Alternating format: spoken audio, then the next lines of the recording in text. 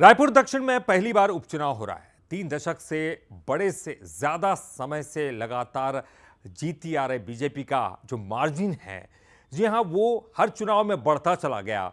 इस विजय रथ को रोकने कांग्रेस युवा रणबांकुरे को मैदान में लेकर आई है।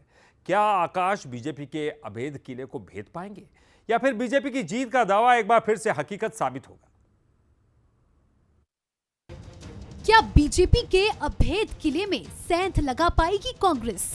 हर चुनाव में बढ़ रहे बीजेपी के वोट मार्जिन को अपने पाले में लाना कांग्रेस के लिए चुनौती बनेगा।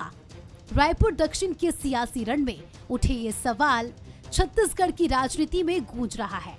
पिछले चुनाव में 67,719 वोटों से जीते बीजेपी के बृजमोहन अग्रवाल ने सांसद बनने के बाद सीट छोड़ दी।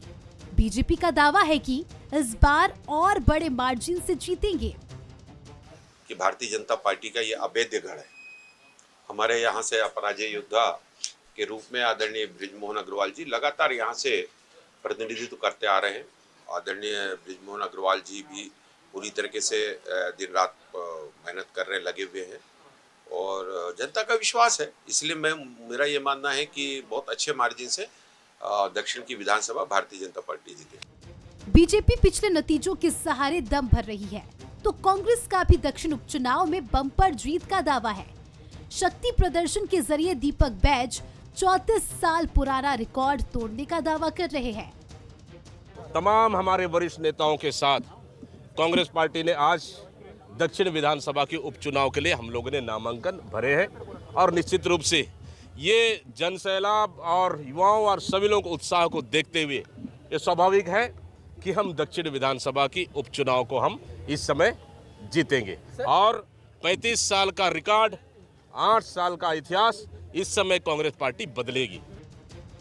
रायपुर दक्षिण के यज्ञ में जनता 13 नवंबर को आहुति देगी। 23 नवंबर को प्रत्याशियों के सियासी भविष्य का फैसला सामने आएगा। इसी दिन पता चलेगा कि बीजेपी की जीत का मार्जिन बढ़ा या कांग्रेस ने 34 साल बाद सूखा खत्म किया। ब्यूरो रिपोर्ट के साथ गौरव शुक्ला, बंसल न्यूज, रायपुर।